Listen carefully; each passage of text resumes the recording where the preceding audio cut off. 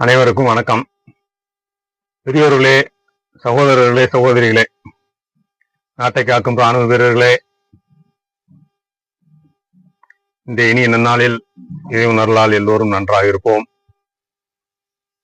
இன்று நாம் பார்க்க போவது பூரம் நட்சத்திரம். பூரம் நட்சத்திரம் என்றாலே இனிமை, சந்தோஷம். இது 27 நட்சத்திரங்களில் 11வது நட்சத்திரமாக அமைகிறது. பரணி, பூரம், பூராடம் என்பது சுக்கிரனுடைய ஆளுமையை பெற்ற நட்சத்திரம். பரணி, பூரம், பூராடம் 4 பாதங்கள் கொண்டது. என்னங்க சார் ஒவ்வொரு தடவையும் இத சொல்லிக்கிட்டே இருக்கீங்க, எனக்கு தெரியாதா அப்படின்னு கேட்கலாம் நீங்க. அதுக்கு பின்னாடி உங்களுக்கு விளக்கமா அதுக்கு தனியா வீடியோ போட போறேன். ஏன்னா ஒவ்வொரு நட்சத்திரத்துக்கு 3 நட்சத்திரம் எனக்கு சொல்லிட்டே வர்றேன். நான் சொல்ல வர்றது ஒரு நட்சத்திரம், ஆனா 3 நட்சத்திரம். இது காலச்சக்கரத்துக்கு 1, 5, 9 சொல்றேன். அதுக்கு பின்னாடி ஒரு நல்ல வீடியோ போடுவோம். அதுக்கு காரணம் இருக்கு, சொல்லுவோம். இது சிம்ம ராசியில் அமையப்பட்டது. இந்த பூர நட்சத்திரம்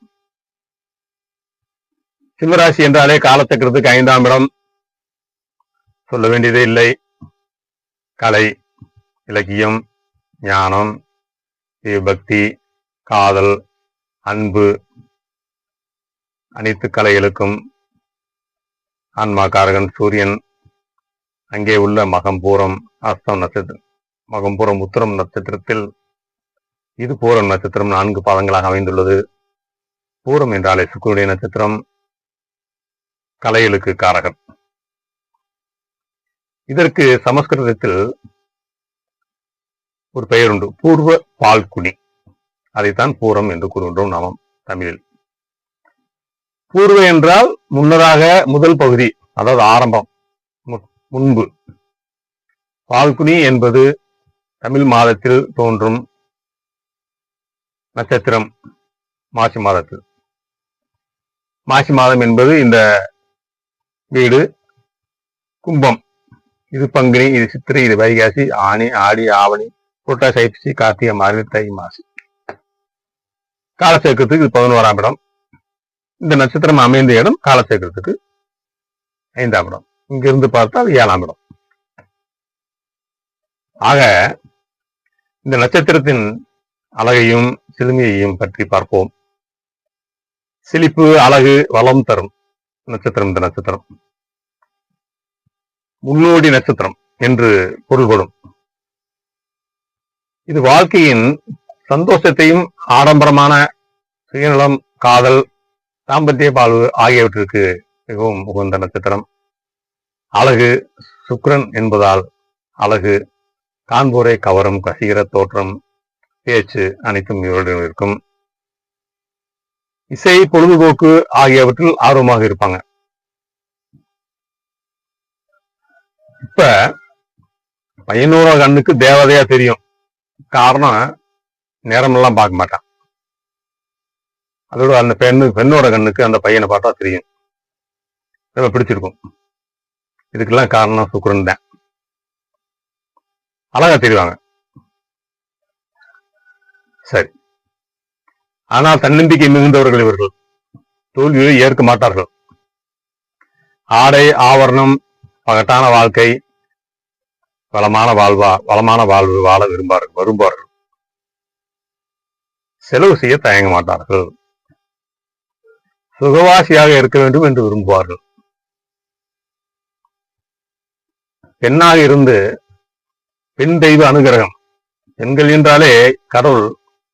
நாம் பாத யாத்திரை சென்று மலை ஏறி உடலை வருத்தி வணங்க வேண்டிய கடவுள், எந்த கடவுளாக இருந்தாலும் பெண் என்றாலே இறங்கி வந்து விடுவார்கள். ஆதலால் இந்த பெண்களுக்கு இந்த நட்சத்திரம் மிகவும் தெய்வ அனுகிரகம் பெற்ற நட்சத்திரம், ஆண்டாள் தேவி. மேலும் இந்த நட்சத்திரம் பெண்களுக்கு அவர்கள் நினைத்தால் மாத்திரம் பெண் தெய்வங்கள் அவர்களுடன் வரும். அவர்கள் சென்று போய் பார்க்க வேண்டியதில்லை. அவர்கள் நினைத்தாலே போதும், இறை அனுகிரகம் கிடைக்கும்.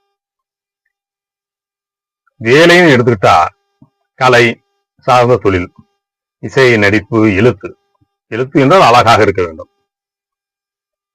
அழகுத்துறை, பொழுதுபோக்கு சம்பந்தப்பட்டது, கல்வி, வணிகம், இப்ப எல்லாவற்றையும் சிறப்பாக கூறலாம். இவங்க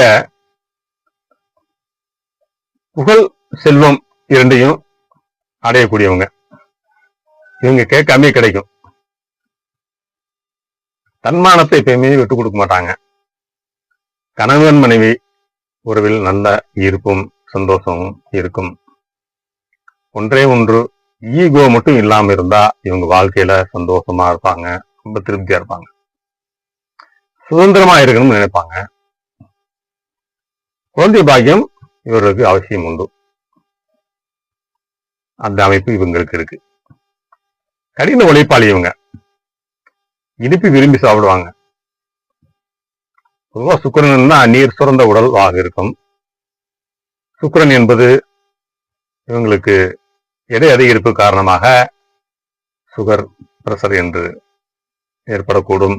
உணவு கட்டுப்பாடில் மிகவும் கவனமாக இருந்தால், உடற்பயிற்சி செய்து வந்தால் இவர்கள் வாழ்க்கையில் வெற்றி காணலாம் என்பது உறுதியானது.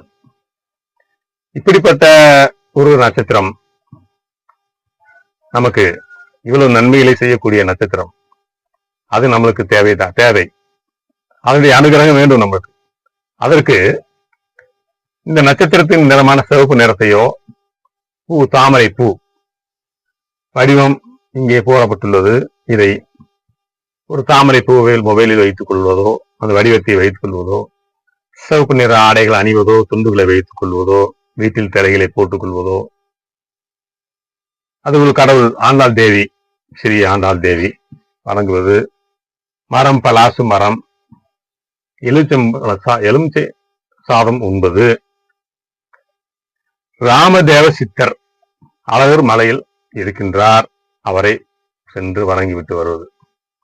இதுபோன்று இந்த நட்சத்திரத்தின் ஆற்றலை பெறுவதற்கு நாம் இவர்களை வணங்கி வந்தாலும், அந்த நிறங்களை வைத்துக் கொண்டாலும், அந்த மரங்களை சுற்றி வந்தாலும் எல்லா நன்மைகளும் கிடைக்கும் நண்பர்களே. அவனின்றி அணுவும் அசையாது. நம்மளுக்கு தெரிந்தது கற்றது கையளவு, கல்லாதது உலகளவு. எல்லோரும் நன்றாக இருப்போம். எல்லோரும் இன்புற்று வாழ, சந்தோஷமாக இருக்க இந்த நன்னாளில் அந்த ஆண்டாள் தேவி எல்லோருக்கும் அருள் பாலிக்கட்டும். நன்றி. எனக்கு சப்ஸ்கிரைப் செய்து என்னை ஆதரிக்கும் அனைவருக்கும் மீண்டும் நன்றி.